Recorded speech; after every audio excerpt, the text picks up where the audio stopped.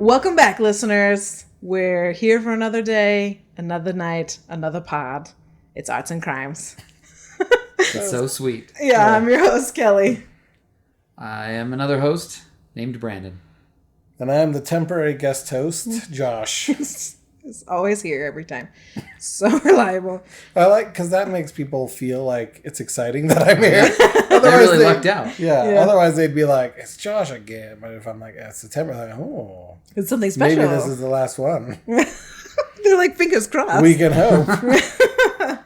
All right. So I personally am very excited for this episode because it is most likely one of 3 parts. We're getting into a deep Renaissance dive. I'm very excited. So I really wanted to finally tackle Caravaggio. I think I've teased Caravaggio a couple times. Did he like it? He's dead. He's for sure been dead for a while. So you tickled his corpse? This is off to a good start. I don't know where his corpse is at, actually. That surprises me for such a fan. Yeah, I guess I'm not that much know of a where fan. the bones are. Give me a couple more weeks to finish my research, and maybe I'll know. And we'll do the pod. You'll cut from his grave. Yeah, I was gonna say you'll cut to us. Episode 3. We're in Italy somewhere. Yes. With bones. Maybe they're Caravaggio bones. Or maybe we'll do a what's the National Treasure style heist? Yes. And steal his bones and bring them back. And place them where? On Upon the the bone throne. It's destiny. But yes, okay, so the goal was to do a good episode about Caravaggio. I want to do him justice. And I was like, you can't talk about Caravaggio if you don't understand the Renaissance. And then I was like, well, you can't talk about the Renaissance if you don't talk about the Medici family. The Medici family. There's 2 ways of saying it. That I Googled it because at work we were talking about it and I said Medici and Dejani says Medici. And we Googled it and Medici is the common way that it's said and Medici is the Italian pronunciation. So I think to be accurate, it's Medici. No, let's say Medici. There you go. But anyways, you can't talk about the Renaissance without them because they are essentially the founders of the Renaissance. So this is some like Godfather / Kardashians family that is so important to the Renaissance that we can't talk about it without that. So I was like, I'll do a really quick sum up of the Renaissance. And 8 pages of research later, I finally summed up the Medici family. So this is just the Medicis. Yeah. So today we're going to talk about the The Medicis. No. The Medicis. The Medicis. No. Medici. The Medicis. Nope. Medici. No. Yeah. The Medicis. What's going on right now? Medici. Have you latched onto this and it's going to be your joke for the pod? It's gold. Solid gold. Mispronouncing a name. I'm already I'm having a hard time trying to get to the pronunciation. Medici. Medici. Yeah, one of the Medici is the way that I learned how to say it in college. But it's Medici. Medici sounds nice. Yeah, so I'm trying to say it with the Italian pronunciation, but I'll probably... You gotta do this thing with your hands. Yes, a vaguely For those that Italian. can't see It's pulling. Yes. Push on the cycle. Yes. The Medicis. Means something totally different now if you say someone pulls.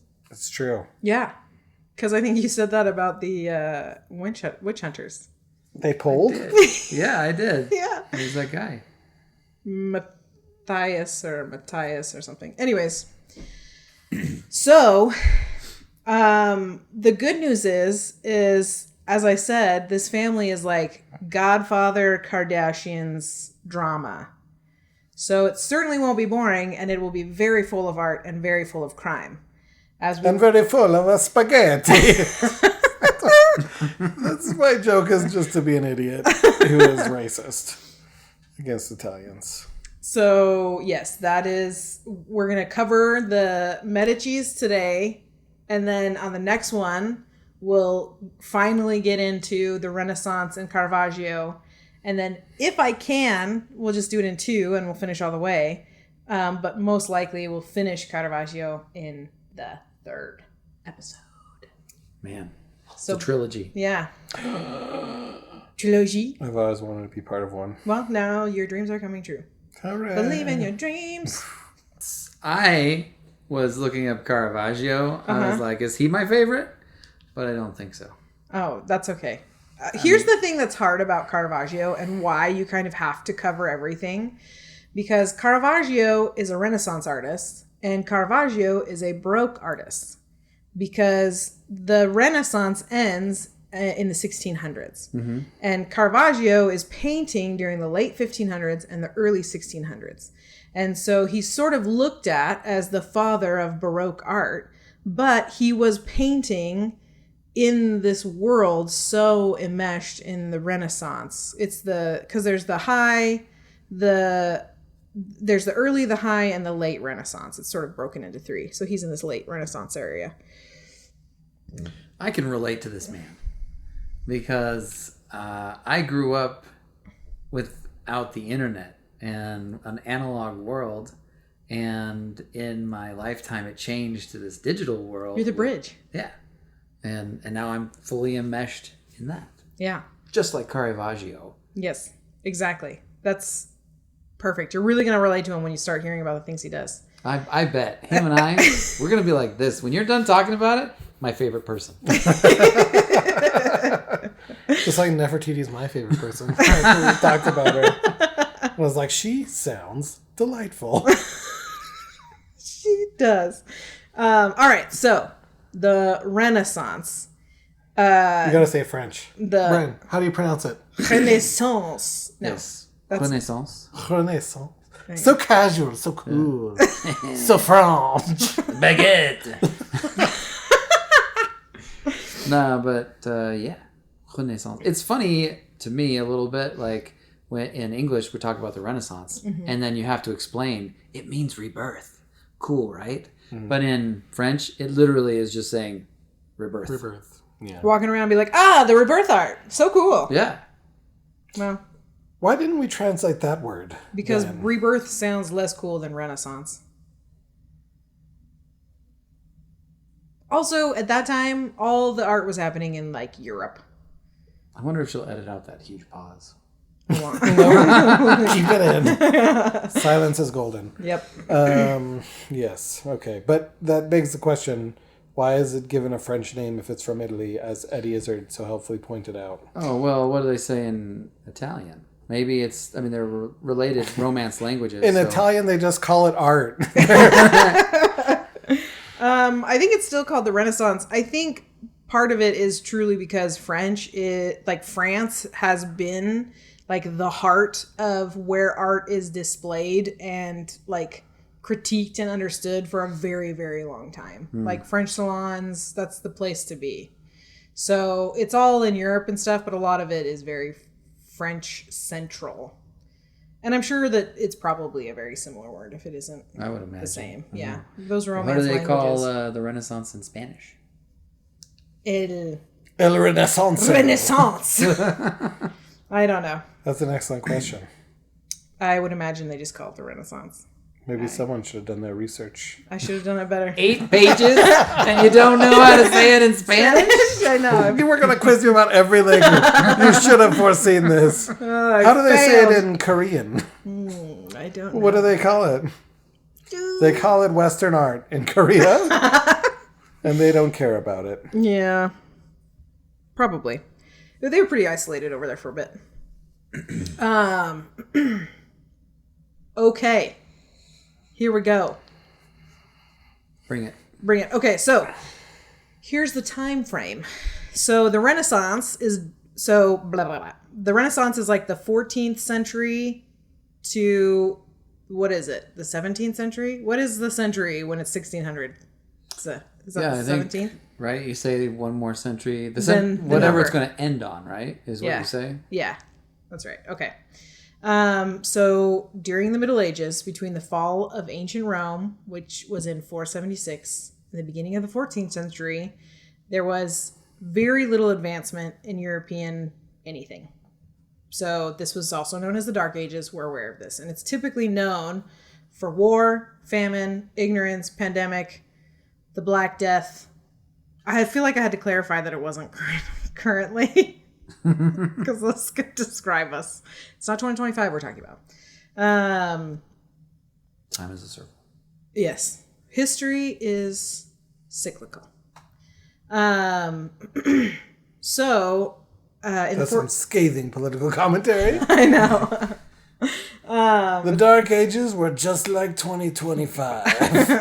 But slightly darker because they hadn't invented light bulbs. Yeah, it was. We have electricity and social media. So. All right.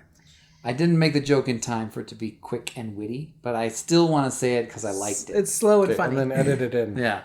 So Kelly said history is cyclical. Cyclical. And I want to say, and Diogenes was cynical.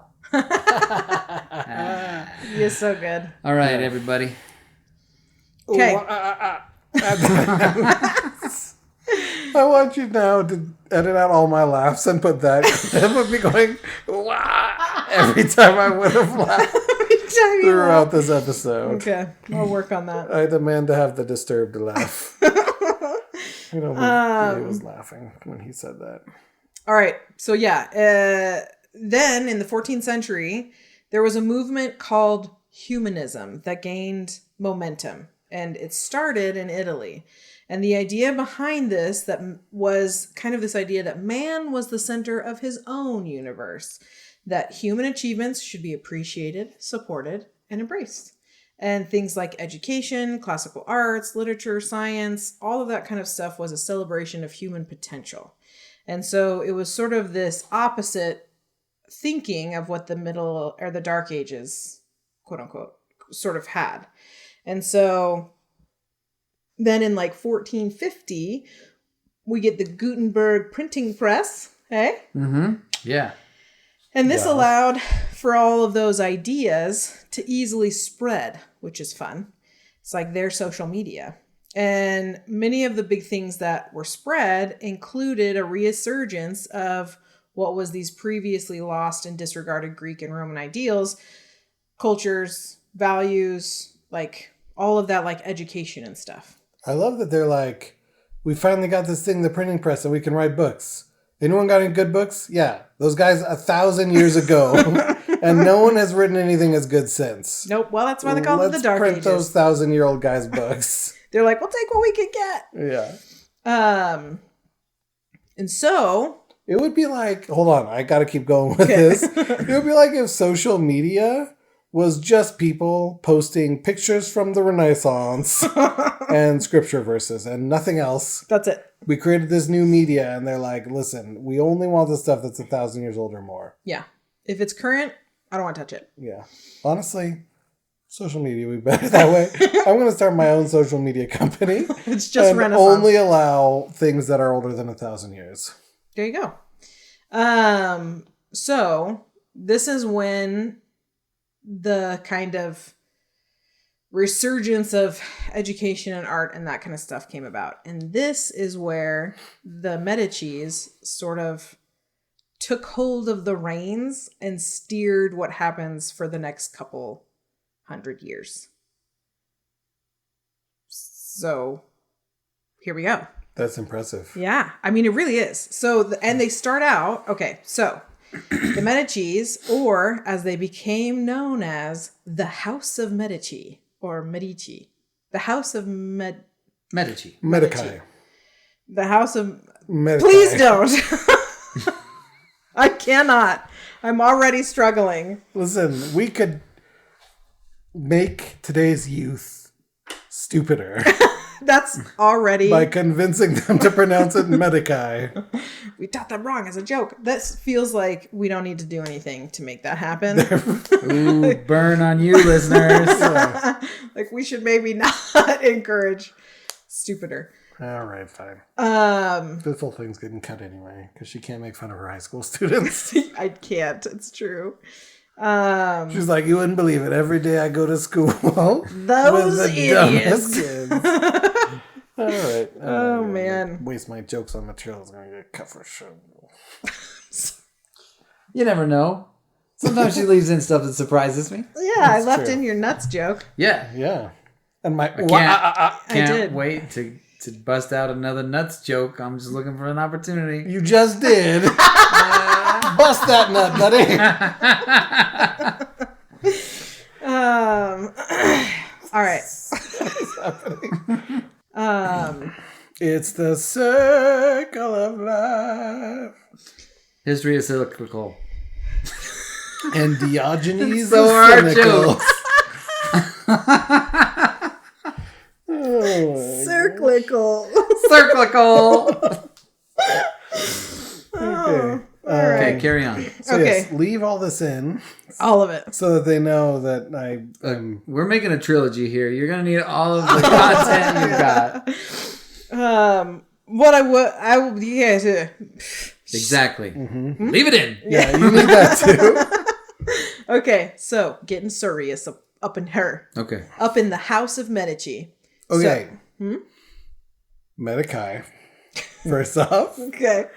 Okay. So wasn't The Prince written for a Medici? Mm-hmm. Are we going to come to The Prince? No, I didn't include it because there was so much juicy stuff that I left out most information, and it's still I can't believe.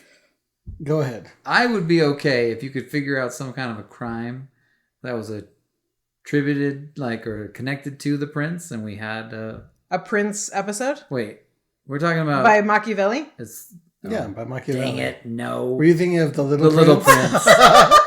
That also would be good. I was. Well, I'll look up both, and whichever, maybe we'll have a Prince night. Which one is more crimely? Yeah. Definitely the Machiavelli one. But yes, I was talking about the Machiavelli Prince. Yeah. Did you know he also wrote The Little Prince? It was 2 parts of a trilogy that was never finished. Didn't Antoine somebody write The Little Prince? I don't know his name. His name is Machiavelli. He wrote it to try and... You got it. This joke is gonna kill. Once I'm it just lands. building the suspense. Are you guys ready for the punchline? I'm still building suspense here. Antoine de Saint-Exupéry. Oh, okay. That's why I didn't say the rest of it, because it was all hard in French. All right. So anyway. Okay. I'm finally ready to land this punchline. Okay. Okay. Medici. The aristocrats. All right. So, the House of Medici. Medici. Medici. There it is. Thank you. Medicis. Yeah, I would accept that. They need their own brand of cheese They really do. called Medicis. Medicis. Come down to the rolling hills of Italy, where we've got the sweetest cheese is known to man. Medicis. You finally. That was the better punchline. Yeah. I think Switch those around. Yeah. that's gonna end up as the at the end of the episode joke. I'm gonna leave that baby in there. That's pure comedy Oh, gold. it's just gonna sit right there. Okay, I'm gonna stop this. All right. Their name actually comes from cheese? No, the term for medical doctor. Oh, really? Yeah, in Italian. Also, fun fact: the family claimed that they descended from Sir Alvarado, who was one of Charlemagne's knights that was supposed to have bested a giant single-handedly in a duel. Which actually they say potentially is referenced on the sigil that is the Medicis. They have a shield that is gold, and it has at the top center is a blue circle with 3 fleur-de-lis, and then kind of V'ing down from that are 5 red circles. And some say that the 5 red circles represent pills because their name comes from medical doctors. Others say that the 5 red circles represent the 5 hits that the giant got on Sir Alvarado's shield with his blood-stained mace. Which is a way hardcore thing. I can't believe they're the world's most famous Italian family, and nobody knows what their freaking sigil is. They're like, just put it out there. We don't need the details. Yeah. Like, we know where Han Solo's jacket comes from, but we don't know what the Medicis.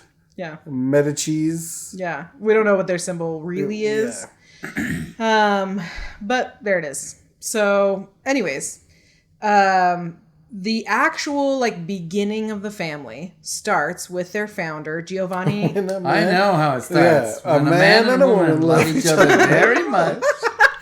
Well, 2 people fell in love or were married in situations that whatever. But they had a son named Giovanni de' Bici de' Medici. And he was born in 1360. And at 3 years old, his father died and left most of his fortune to Giovanni's brothers instead of him. And so his uncle had built a career as a banker. So Giovanni moved to Florence to apprentice under him and learn all of the banking mumbo jumbo jazz business. Mm-hmm. So this is, I thought, very interesting. But banking at this time, they were lending money and all of the appearance of lending money and stuff was looked at by the church as a sin because Jesus had cast out all of the moneylenders from the temple. And so churches, since they were sort of in charge of everything, you wanted to make them happy. You wanted to make the church happy. So the banking system entirely changed so that they could be perceived as not sinners. So they wouldn't be looked at as sinners. Mm-hmm. So bankers came up with a way that they could still exchange stuff without doing the loan system that was being done before. Yeah, the problem was interest payments. Yeah. That's what was against the... Thank you. Yes. The commandments. And so what they would do was they would trade loans with merchants in exchange for lower rates on goods. And so then they would loan out money and then they would get lower rates from the merchants for stuff. And then they created a bill of exchange where they could, for a fee, people could deposit money into their bank in one city and they would receive a promissory note that they could take then to another bank that was in another city and receive the stated amount of money. Mm-hmm. So it was essentially the very first checking account. If people didn't pay their loans and that kind of stuff, then there would be fees tied to that, but there wasn't that interest. That's where the mafia comes from. Yeah, okay, this is so... Send the leg breakers after Yeah, them. this is so Godfather. At one point I was like, the Corleones are inspired by this, which Brandon has not seen The Godfather. It's true. I have also not seen The Godfather. What? Neither of you? I'm talking about this and you guys don't even... Oh my gosh. We're going to do an episode where the research before is I'm going to make you 2 watch The Godfather with me. And then we'll discuss.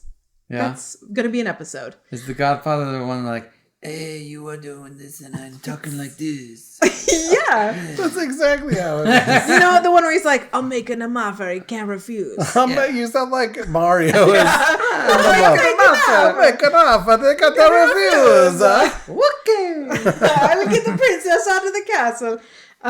Yeah, and he's like, look how they massacred my boy. It's so... You come to me on the day of my daughter's wedding. Yeah. So I haven't seen the part of Zootopia. Yes, that's where I was going to go. I know what The Godfather's about. It's the shrews from Zootopia. Yeah, it's the exact same thing. This is a sad example. But it still gives me the point that it's so culturally referenced. Yeah. They even did say, you come to me on the day of my daughter's wedding. Yes, because that's the line. I didn't know that was a line from the movie. I just accepted that this was happening. Do they also have a line in The Godfather where he gets a skunk butt rug? No, that was a Zootopia thing. I did love that. Was my I don't favorite watch part it, of then. Zootopia. If there's no skunk butt rug. There is a line that Bender says directly from The Godfather when Futurama. he joins the robot mafia. He's like, "You want to know how to make a good sauce? You just get oil." And then he stops. But in The Godfather, it's like, "You want to know how to make a good red sauce?" And he lists off some stuff. And so it's like another direct from The Godfather. Look, right. the Medicis will make so much more sense if you watch The Godfather and all of these references. I'm not going to take out any of my references I snuck in here for myself. For The Godfather? It'll make sense later. I just can't believe you haven't watched The Godfather. When did you watch it? I dated a guy that made me watch all of them. Well, I didn't date him. Well, I also didn't date him. what? You guys didn't date nearly enough guys. I know. One of them would have made me watch The Godfather. Guys are the worst, am I right? Always making you watch The Godfather. I had to watch all of The Godfathers. I'm trying to think of the ones that actually I enjoyed, though. Because I did enjoy the first one. The rest of them, I was like, meh, meh. Well, they weren't that good, but we watched them all. All right, so what is a classic movie that you've seen that we probably haven't seen? Yeah. Classic movie that I have seen that you haven't seen? Yeah. Oh, man. I don't know. Logan's Run? Yeah, I've never seen it. I've seen that one. Keep trying. Okay. This is such a fun game. Cool Hand Luke. Seen it. Cool Hand Luke is a good one. I have seen that one, but I didn't say it. Oh. I have not seen Gone You're just with going the to call Wind out movies? until we find one you've seen. You've seen It might be faster if we start naming classics Movies, we haven't watched. Yeah. Classics you haven't seen. The classics are not movies I ever really... Because you still haven't searched seen after. Jaws. I've seen Jaws. I think so. I mean... Did you? I have watched enough Of it? pieces Of it on TV. on TV that You can put it together? yeah, I've seen different parts of it. I really would love to pull a classic movie out that you guys haven't seen that I have, but The Birds? I haven't I seen haven't it. seen The Birds. You did it! There it is. Thanks, school. The only thing I whatever. know I is the think I've seen SNL it. skit. Have you seen the SNL skit? The I know. Birds. The birds. They The weren't birds. raised right. The flappy things. I don't We think need to watch that one. I don't think Yeah. that I have Okay. seen Okay. the skit. So yes, the skit is probably almost as good as the movie. But yeah, Probably. you got one up on us. Maybe. I don't think this is compelling content. This is incredibly compelling. I'm at the edge of my seat. What could he come up with next that they might not have seen? Yeah, it's probably gonna get cut. Leave it in. All right. So his dad died when he was 3. This is how far we've gotten. Yeah. We haven't 3 even years got- old. 3 years old. All right. So banking. That's what we got. Yeah. Okay, so they So were we did. banking. So they were They effectively. made them enough, and they couldn't No, we refuse. did. Yeah. All right. Yeah. So Mafia. and so they created essentially the first checking account, and a lot of the banking techniques that they used are actually still used today, which is wild. Mm-hmm. Bankers, get on that. They should be improving more than the 1300s. Just kidding, Rochelle. I'm just kidding. If it's not Broke. don't fix If it. it isn't Baroque, don't. Baroque. We'll get to Art that joke joke. in 2 more episodes. Love it. Zing Bankser. Anyways, so Giovanni turned out to be super good at this stuff. And he's Banking stuff. yeah, Okay. like banking stuff. He had just a really sharp business mind.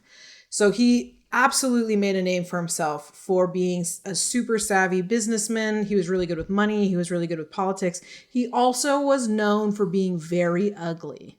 Known for that. Yeah. Wow. It must have been. He was Epic. look up Google a picture, because we do this every time. Google a picture of Giovanni de Medici. Is this him? Yeah, that's There's a few different versions of him. Yeah, I see this. He sort of looks like a Quasimodo. Here's what's funny is in my brain when I see that, I go, that was the artist being as flattering as he could be. There's also Giovanni. a few He kind of imagine Steve Buscemi, but with a flatter head. I thought he kind of looked like maybe if a turtle was a human. Yeah, He has sort of Steve like Buscemi. a turtle face. I'm not comfortable with how rude you guys are being. Look, it's historical. I wasn't being that rude. I compared him to a famous actor, Steve Buscemi. I'm teasing. Steve Buscemi is not known for his looks. Now who's being rude? You.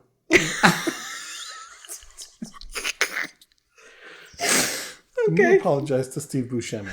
Hey, I'm sorry, Stevie. I know you're a listener of the pod. He's just been happily listening. He's like, finally, something that's just talking about my passions for art and crime, and I don't have to listen to any kind of celebrity content. And then we just go, you know who he looks like? That ugly guy, Steve Buscemi. Yeah. He's not known for his looks. Anyway, I'm sorry, Steve. We think you're great. But mainly Brandon's sorry. Well, anyway, question for you. Yes. About Italy. Yeah. Is Buscemi an Italian name? It kind of seems like it would be, right? It does sound Italian, yeah. Finally, we're talking about Italy. He's like, the very first episode, they talked about that idiot. And now they're finally coming back to talk good about Italy. And then they just rag on me the whole episode. The whole episode. I'm so sorry, Steve Buscemi. All right. We dedicate this episode to you, Steve Buscemi. Giovanni. Yes. He's got a good head on his shoulders for finance. A clever Not head so on his bad head on his shoulders. Not so much for looks. Yes. But that didn't stop him from marrying the beautiful Picarda Bueri. She was the daughter of an ancient noble family. Oh, she's quite the looker. Here, show me. I don't want to look it up. Oh, yeah. Look at that. She's got rosy cheeks. She's got Princess Leia hair. Mm-hmm. Popular in the Her head is also somewhat flat on top. So she and her husband could lay in a long bed, head to head. And they would match perfectly. Very romantically. Like two Lincoln logs, end to end. The traditional Renaissance way. I apologize. I'm being mean to everybody about their looks. Listen.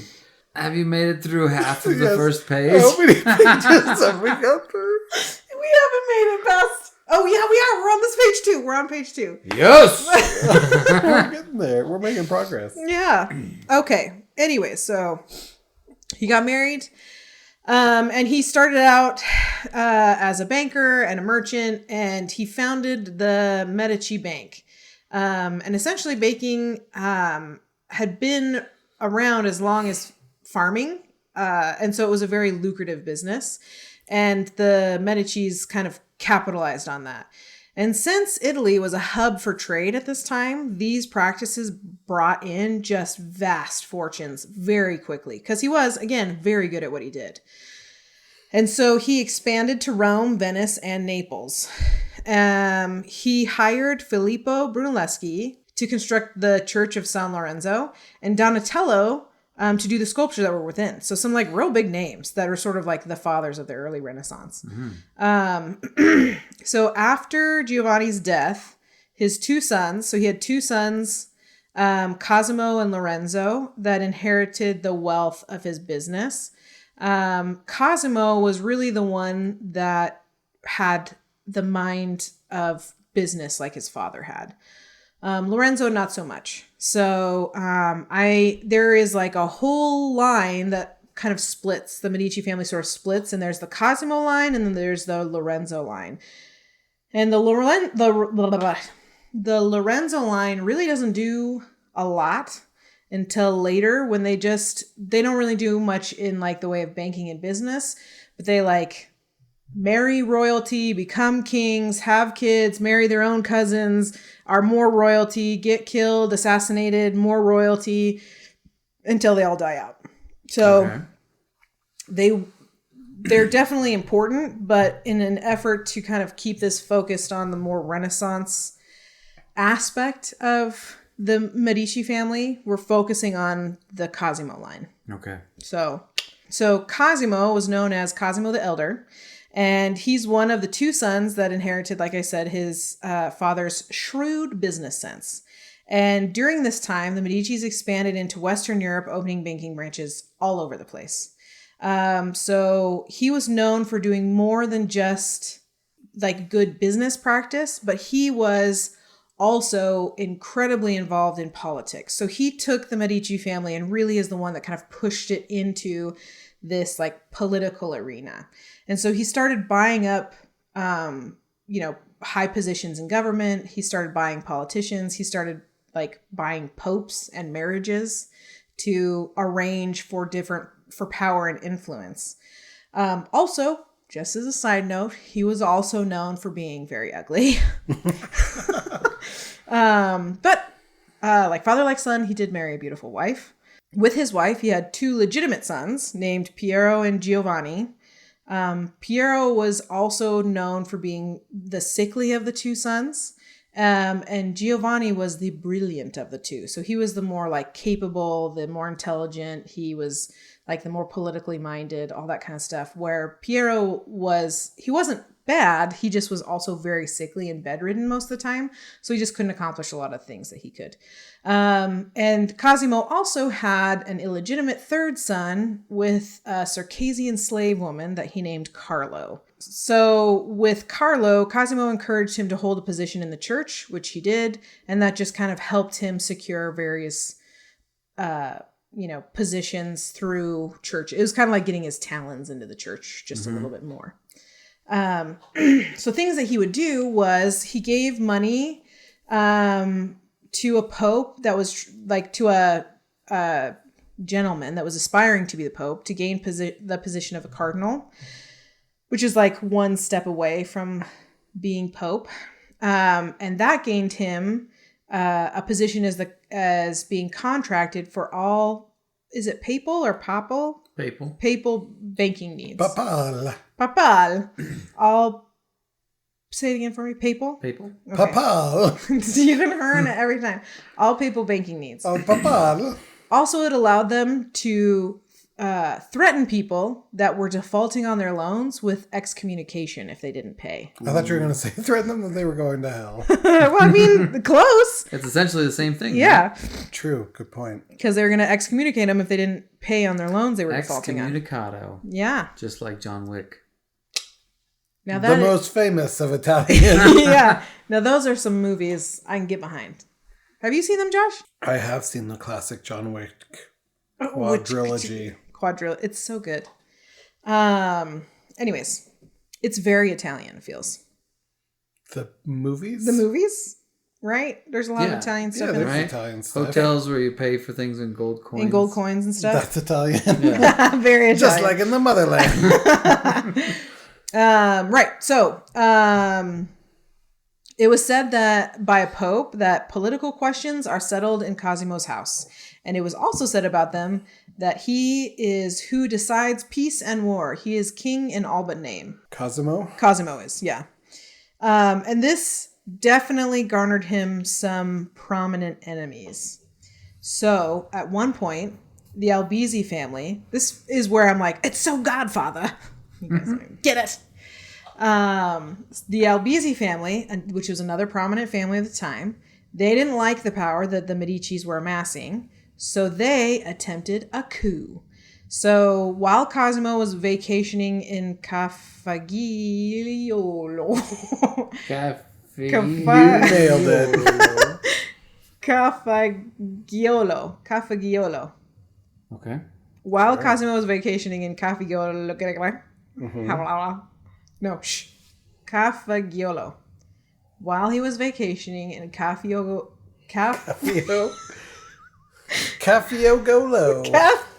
Anyways, he was vacationing. Coffee Land. Yeah. And he received a summons that he had to reply to in an indictment of a capital crime, which was having sought to elevate himself higher than others. He decided to let himself be jailed in a small dungeon in the Palazzo Vecchio, and the Albizzi family tried to assassinate Cosimo while he was there in jail, but Cosimo had paid the guards to test all of his food before he ate it. And so the guards were poisoned instead of him. It's a jailbreak. So those attempts failed. And then the new guards came and he's like, guys, could you, I'll pay you if you test my food. I'll let you wet your beak a little bit. I don't know about this. in addition to having the guards taste test his food for him to make sure there wasn't poisoned, he was able to sort of purchase his way out of a death sentence and had it reduced to banishment instead. So he retired to Padua and Venice, where he was very well received. And then a year later, he was like, nah, I'm not into that. And he decided that he was going to come back. And so he doctored the elections, and Cosimo was able to have a triumphant return to Florence. And as a result, the Albizzi family had to retreat in exile, and they were never heard from again, actually.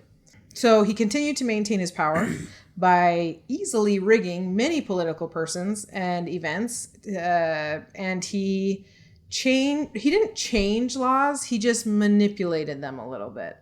So it was a rule at the time that to fill high official positions, they drew lots. So he made it so only names he wanted would be drawn. He then made it so that the independent practices of the two municipal assemblies were essentially neutralized by making what was considered an exception the rule. And his exception was dictatorial powers were now given as a fixed term, and that was always renewed instead of ending, rotating, or being voted on, and no more drawing of, and they didn't draw lots for it.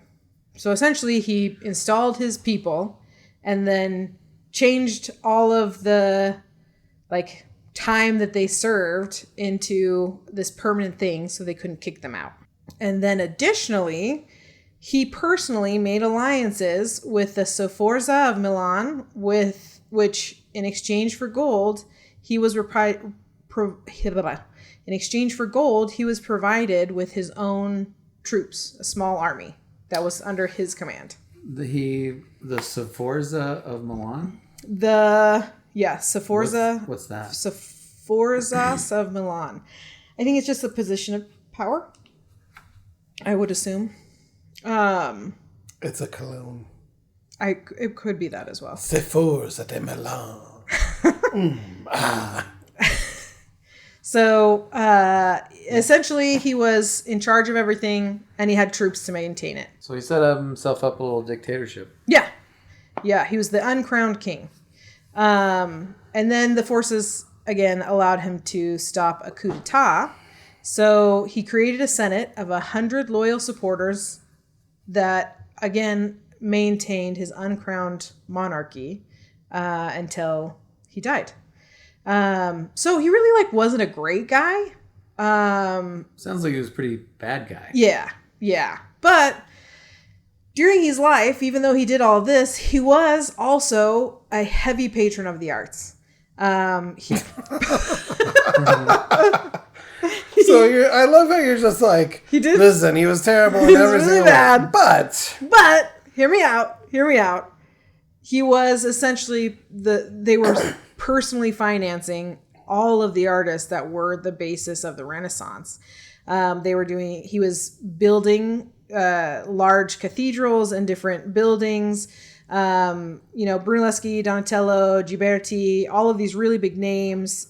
He built the first public library in Florence, and then scoured the lands for worthy manuscripts, which generally supported the kind of humanist ideologies that were going on at the time.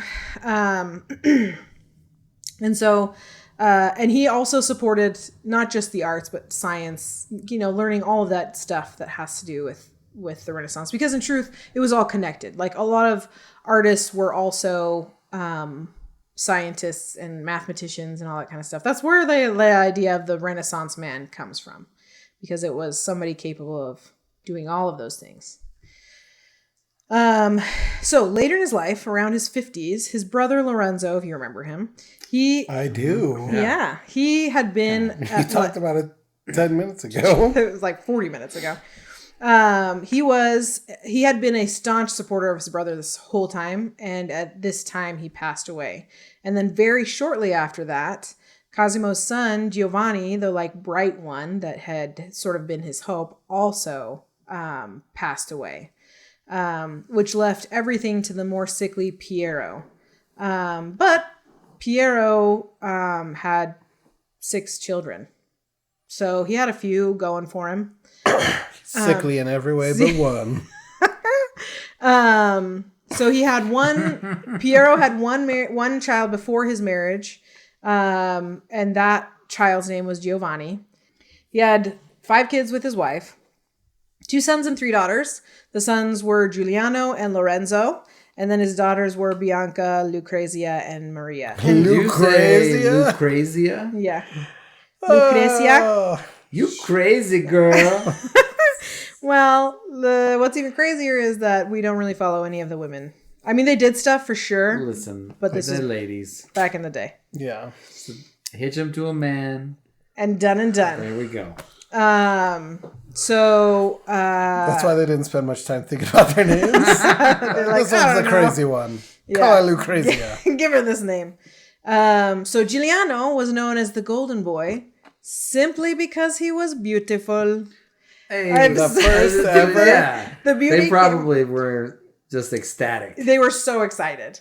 So much so that he was used as a model for many paintings.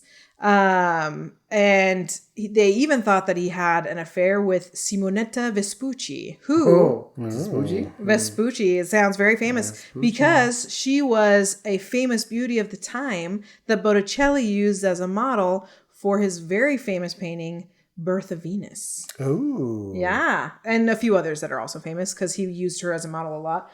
And in like a jousting tournament, Giuliano won and then named Lady Vespucci the like beauty of the contest.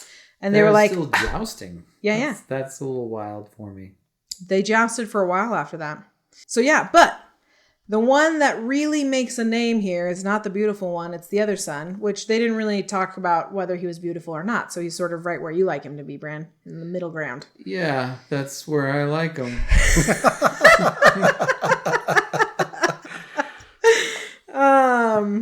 Anyways, so... Let's not tell my wife. Does she listen to the pod? No. She's like, I hear enough of you at home. I don't know of you on Listen, I love him right in the middle. Good, not ugly, not pretty. But you're pretty, babe. You're the exception. So Lorenzo, who was the grandson of Cosimo, was sort of the one that took over, and he is known as Lorenzo the Magnificent. Dang. So he did some good stuff. Are so humble. Yeah. He holds a position of honor in Florence in Italy, and he is considered to be the most promising of the children, really the 2 boys, because they kind of didn't count the women. And so he was tutored in like every scholarly aspect. He learned Greek. He learned hawking, like with the hawk.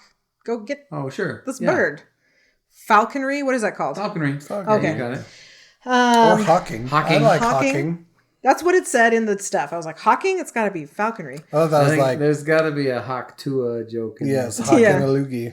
That's how the men like it, I think. It's as much as you know about hawk. Give him the little hawk tua. Yikes. Spit on that thing. Yeah, spit on that thing. Do you know this one? Dude. Yeah, I know that one. Okay. I have seen that classic film. Hoc to Medici, the most famous of them all. Anyway. She didn't produce any children. Oh my goodness. Mr. Falconry. Sorry, you're so desperately trying to do this, and I'm just over here going, Hoc to a girl.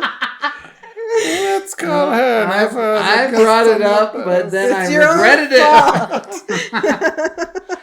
Okay, fine. Just go. All right. Just be done. Brandon's done. Part 1 over. All right. So no, it's not over. Okay. Where are we? We are just about to get to page 6. Are we doing 5? So I'll take it. You're doing great, Kelly. So serious from here on out. I'm so sorry. Nah, we can't stay so serious. All right. Circling back. Okay. He was a falconer. He learned all these things. They Hucking. Invested. Yeah. That's where we went wrong. Yeah. It was saying the word hawk. He became a poet, and again, he was a very serious patron of the arts. But at 20, his father Piero, after having only ruled, quote unquote, ruled for 5 years, passed away. Again, it's because he was so unwell, kind of his whole life. But Lorenzo who was then put in charge, was very well prepared at this point. So he included in his preparations a wise marriage. And he married somebody that was outside of Florence for the first time in the Medici family, which was a maneuver that indicated their intent to expand. So he married Clarice Orsini, who was an important member of a noble Roman family. Excuse me. So, as I said, well, actually, I don't know if is what I said earlier is mixed into what I'll be cutting. So here we go. Together, they had 10 children. That was mixed in. Yeah, mixed in everything else. So there was Lucrezia, a daughter. And then they had 2 twin boys that were born prematurely and did not survive. And then Piero, Maddalena, Giovanni. There was another child that died at birth. Luisa, Contessina, and Giuliano. Yeah. So they do the same kind of thing as the Van Gogh family, where they sort of recycle a lot of family names. Yeah. So during this time in charge, the family relied heavily on their political power. The banks weren't doing super great at the time, but that political power helped maintain their power and influence. There were Medici banks that were failing mostly because of mismanagement. Or was it because of cryptocurrency? I think that might have been a secondary thing, but I think mismanagement was the main issue. Did you know there was Haktua coins? I did know that. It was a rug pull. Is that what you call it? I don't know what's happening. That is what you call it when you pull the rug out from under somebody Yeah. with a cryptocurrency. It's called a rug pull. Don't fall for the Haktua coin or any of those other coins, man. Yeah. Yeah. Only artsandcrimescoin.net. And invest in blue coal. Blue coal, yes. Don't buy cryptocurrency. Buy big bags of coal that's been dyed blue. For your safety. For your safety. Yes. So, during this time, in order to sort of regain some of the finances that he'd lost, Lorenzo decided to take the money that was held in trust for a bunch of Cosimo's brother Lorenzo, his children. Lorenzo the Magnificent just sort of snagged that money to use for himself. And that's not very magnificent. I mean, he did other things, I'm sure, which I'll tell you about. So the Medicis continued with their kind of typical underhanded tactics to maintain their power, money, and standing. They tried to go around the usual government structures. They tried to install emergency committees full of their allies, as well as pre-selected election candidates. However, that did not go unnoticed to all of their opposition, which they had quite a bit of it. So it alienated Pope Sixtus IV, which I'm annoyed he's not the sixth. Yeah, he should be. This is a terrible name. Yeah, Sixtus the Sixth, but it's Sixtus. Changed it to fourth. All right, so Sixtus the Fourth. Tenth. So this all led to an event known as the Pazzi Conspiracy. Ooh. That sounds exciting. It is. Whoa. Yeah. So there was a fight. There was at this time. This was a while ago. There was a fight over the town of Imola, which was a strategic location between Florence and the Adriatic ports. The Duke of Milan had agreed to sell it to Lorenzo, but then when it came time, he backed out. And then instead sold it to the Pope Sixtus. And then Lorenzo, who at the time was still the official papal or papal? Papal. Okay. Papa. So Lorenzo, who at the time was still the official papal banker, refused to finance the purchase. And so then the Pope fired him and went to find other lenders. This included the Pazzi family. So then, while Lorenzo was attending mass with his brother Giuliano, which remember was the beautiful one. Yes. Beautiful Giuliano. Beautiful The Giuliano. Magnifico? Yeah. The brilliant, I think is what they said. Oh, okay. Assassins attacked, and Giuliano was brutally stabbed many times. And he died? He died, for sure, yeah. But Lorenzo, though he did get wounded on the neck, was able to escape due to the aid of the poet Poliziano and a banker, Francisco Nori, who died from, not the poet, the banker died from his efforts in saving Lorenzo. Hero. Yeah. Was he, though? I mean, he saved Lorenzo. Who was a criminal. I mean... He was magnificent. Yeah. I mean, everybody was a criminal then. Everybody was a criminal then? I mean, literally the Pope was doing terrible. I mean okay. That's kind of standard for the Pope. Are we back saying then? things that are going to, like, Pope assassins are going to show up and be like... I think the Pope has chilled in recent years. Yeah. He listens to the pod and loves it. Don't worry. Your Holiness. He's one of our 40 We're very subscribers. glad that you're... anyway, okay, so... I think it's well known that the popes back in the day were pretty terrible. Yeah. I don't think that's a controversial statement. Yeah. I think even the Pope would say that. Yeah, it's true. They were pretty terrible. We're fine. Lorenzo survived, but there was very serious consequences that resulted. And this event threatened to destabilize the entire Italian peninsula, which had sort of been teetering on the edge of peace, like the edge of a knife blade, for the last 20 years. So the Medicis pursued their conspirators, and this included Francisco Salviati, who was an archbishop, so it got like the church very involved. And then the Pope moved against the Medicis, and then the entire area was on like the precipice of war. No, wait, just end the pod there. It was on the precipice of war. Goodbye. See you next time. Find out what happened. Don't look it up on Wikipedia. Keep the suspense alive. I would argue that stopping here while we got the high suspense. I want to let it down on a low note. That's how I like to end all my episodes. End on a low note. Now I lost my spot. Hold on. Okay. Precipice of war. Yeah, the precipice of war. Yes, there it is. The precipice of war. The precipice of war. War.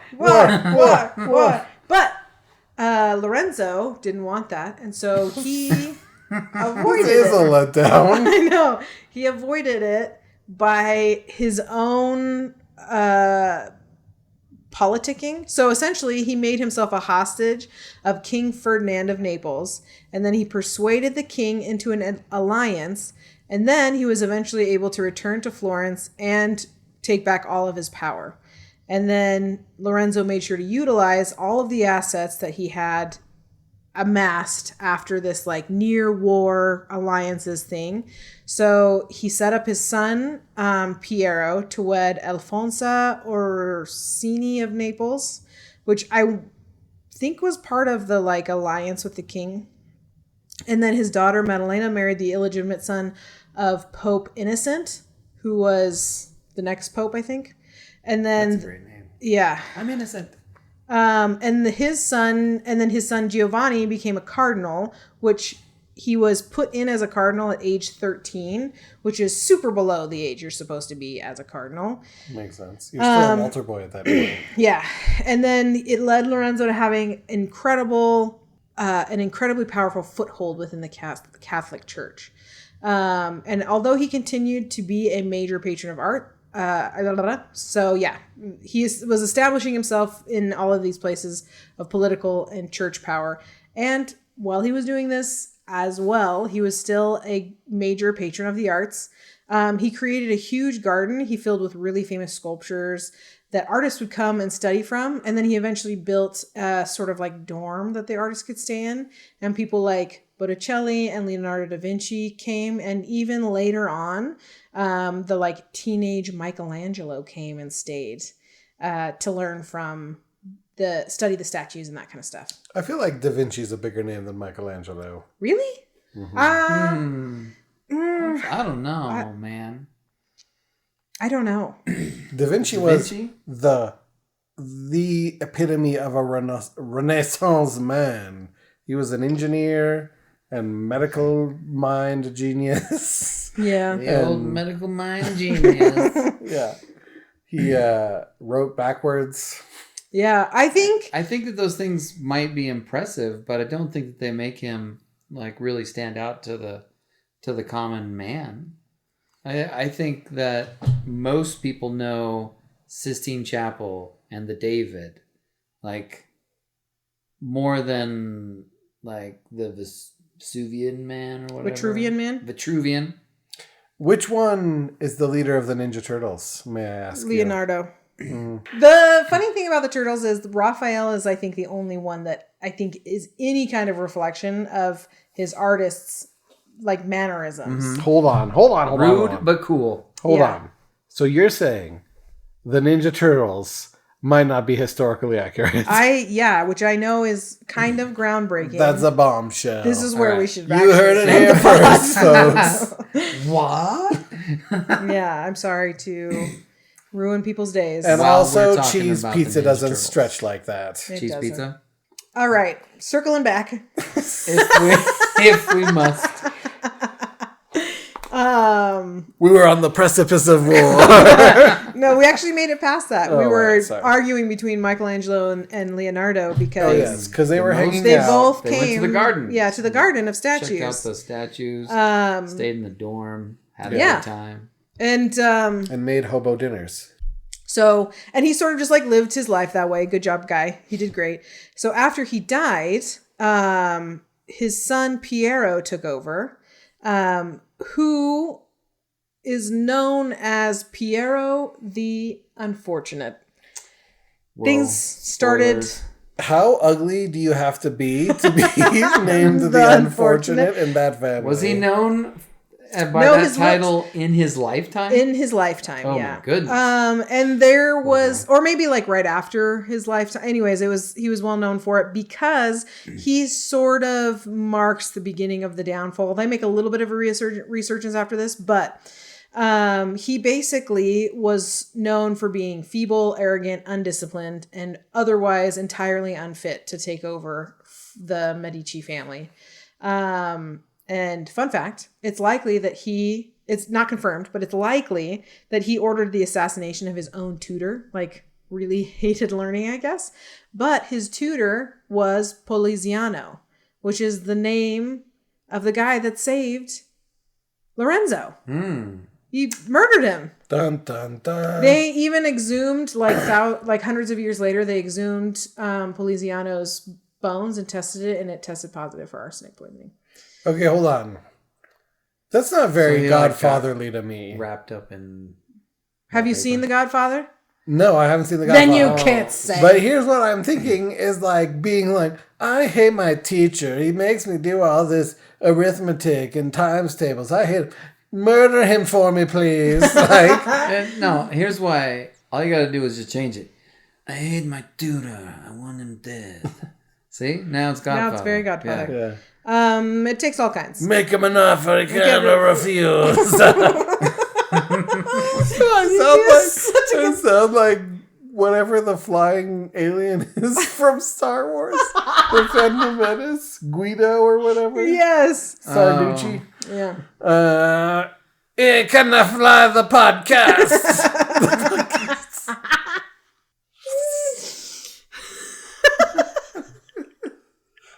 Ponderosa. Yeah, what's that guy's name? I don't know. His name's Flappy Blue guy. Boy. Yeah. Flappy blue boy. guy. So, Piero the Unfortunate maybe killed his tutor because he didn't like education. And wasn't good at pod racing. And was not good at pod racing for sure. So then he is like losing footholds in kind of every way. He's... Watto. Watto. Oh. That was close. Isn't that the guy that tries to kill Han Solo? That's Greedo. Greedo. Yeah. There's probably You know somebody why? named Guido. Because he was greedy. And so George He's Lucas... so Guido. George Lucas was like, I know what I'll name this greedy guy. Greedo. Clever. Oh, George Lucas. So, during Piero's time, King Charles VIII crossed the Alps to claim Naples, and he asked Piero for support.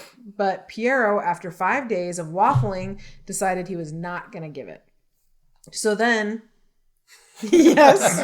In the front row. Guido is... So here's where it comes from. Guido is a slang and ethnic slur that refers to working class urban Italian Americans. I'm sorry, Steve Buscemi. We should have done this to you. We did the Look Bush at me, dirty.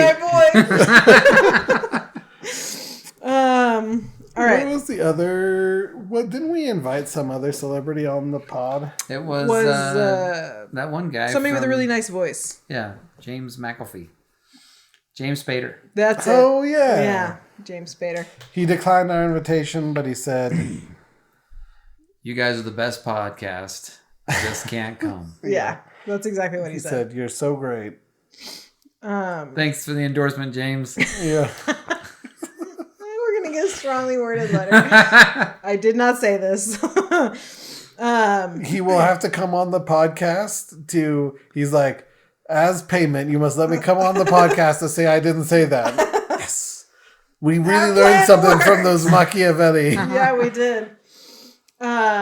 So then they attacked, and Piero couldn't get any support, and he didn't have enough troops to defend himself. And so without government approval, he surrendered and gave up huge amounts of land. Huge tracts of land. And understandably, Florence was pissed. And so the Medicis had to flee to Venice, where they had to sell a bunch of their like family jewels and a lot of their wealth and treasures and that kind of stuff just to maintain themselves for a bit. And he tried to gain back some of what he lost multiple times, and he was never successful. And then he was involved in a battle, and while he was trying to flee from said battle, he drowned in a river. So not so great. Truly unfortunate. But Lorenzo's, so this is back to Lorenzo the Magnificent. Lorenzo's second son, Giovanni, however, did a little bit better. He was named cardinal at 13. And then he was pretty talented at politics. And then he was named Pope Leo X at age 37. So this was sort of their last major push to try and become relevant again and to maintain power. So from this position, he was able to instate his younger brother, Giuliano, to power. And so he became a duke. And he intended, so Leo X intended to use Giuliano to sort of carve out a part of the kingdom for himself in central Italy. And then he also instated his nephew Lorenzo into a position of power as well. So he was also a duke. But then Giuliano ended up dying prematurely, which caused Leo to have to shift some of his plans. And so he was essentially attempting to navigate the repossession of Medici power, utilizing the church as sort of his jumping off point and his nephew that he put in a position of power. So to utilize his sort of church angle, he named 33 cardinals, which is just like an insane number to try and maintain power. Like he put 33 of his own cardinals in there. And they were like, that's an overwhelming amount of people. It's very clear what you're doing. And again, it's a Medici thing. He was still very heavily involved in donating to and encouraging the arts and building churches and finishing churches and all that kind of stuff. He was also trying to maintain various possible wars that might be sprouting, as well as political power. So he sort of had a lot of things happening all at once. So he started selling a vast amount of indulgences. Have you guys heard of indulgences? Yeah. Of course.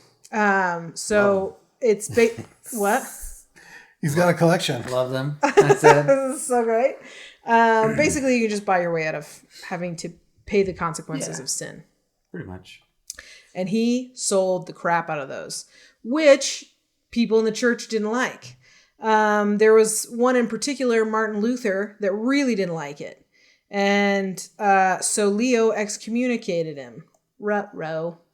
That's hilarious. Isn't that? And then very shortly after, he suddenly died from pneumonia. Like sort of a point. Divine retribution. Yeah, a little bit. Hold on. There was something that I was going to say. Oh, okay. Here it is. I remember now. Yes. Do you know what sports washing is? No. Sports washing? Yeah. Sports washing is when an oppressive regime will put a lot of money into sports in order to kind of burnish their image, right? Mm-hmm. So you associate a lot with like the Soviets during the Olympics, right? Or more recently, it's the Saudi government doing things like buying up all the soccer talent they can or whatever, right? Hosting the World Cup. So the idea is that you take something that people love and you associate yourself with it. So was the Medicis, like the reason that they built churches and did all this art, was it their version of sports washing? Like, yeah, I definitely think so. Because the arts were incredibly influential because it was something that was very visual, and very, very tied to the church, because that's a lot of how they would kind of get their propaganda, quote unquote, out, you know? So the church was very heavily tied with that. So they heavily tied themselves with the church. But I think they also like really did have this kind of backbone of that humanist idea that the very first Medici it was hugely important to him. So I think there was also an amount of like family pride involved in that. But I'm certain that they would not have continued it if it was not something they felt would have, you know, furthered their name. So that makes sense to me. So from there, so should we boycott the Medicis? No, they take care of that themselves.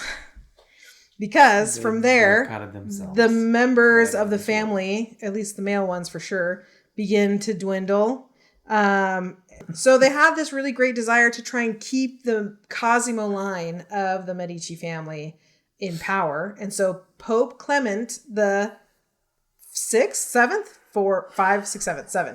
So Pope Clement the Seventh instated his own illegitimate son. So Pope Clement was a cousin. He was like from the Cosimo line, but a cousin of, you know, the other pope that just died, Leo X. Okay. So he instated his own illegitimate son, Alessandro, as Duke of Florence, and then abolished the city's old constitution to try and make him a permanent installment. And Duke Alessandro ruled with absolute tyranny, and he was not liked in the least. So after about 5 years, he was caught having an affair, and while he was out in the dark alone to meet up with his lover, he was attacked, and he fought brutally because he bit off one of the fingers of his attackers, but ultimately did not survive the encounter. And the people that found him and then the government, they were like, let's just bury him and move on. And they just like real hush hush buried him. They didn't like look into punishing anybody. And they just sort of like, okay, that's the end of that, and moved on. And he was essentially the end of the Cosimo line. And then, as I said before, the Lorenzo line was, you know, heavily into marrying and divorce and having kids and royalty. And eventually that line also died out. So the Medici family died out, and there is no longer a Medici in charge of anything. So they're the candle that burns twice as bright is half as long or something. You nailed it. Yeah. How's it go? The brightest flame burns quickest. Yeah. Is one. They're burning the candle on both ends. There's also I think I was trying to put both of those into one. I was like, the brightest candle that's burning from both ends burns bright and out quick. And short. Mm-hmm. Anyways, so there we go. That is where we're going to end the first one. It was quite a go. But they were just full of art and full of crime. All of them. Full of both. Yeah. Just like overflowing. They were made for this podcast. Their art and crime overfloweth. Okay. That's it. We made it through part 1 of this, like, building our way to Caravaggio. So the House of Medici has fallen. But we're going to go back, and next time we're going to talk about the Renaissance, Caravaggio, and it's going to be fantastic because I love Caravaggio. Oh, man. So Thanks again for coming and listening. And as always, go do some art. Don't do any crime. All right, guys. Bye. Bye. Don't do crime. Do Bye. some friggin' art.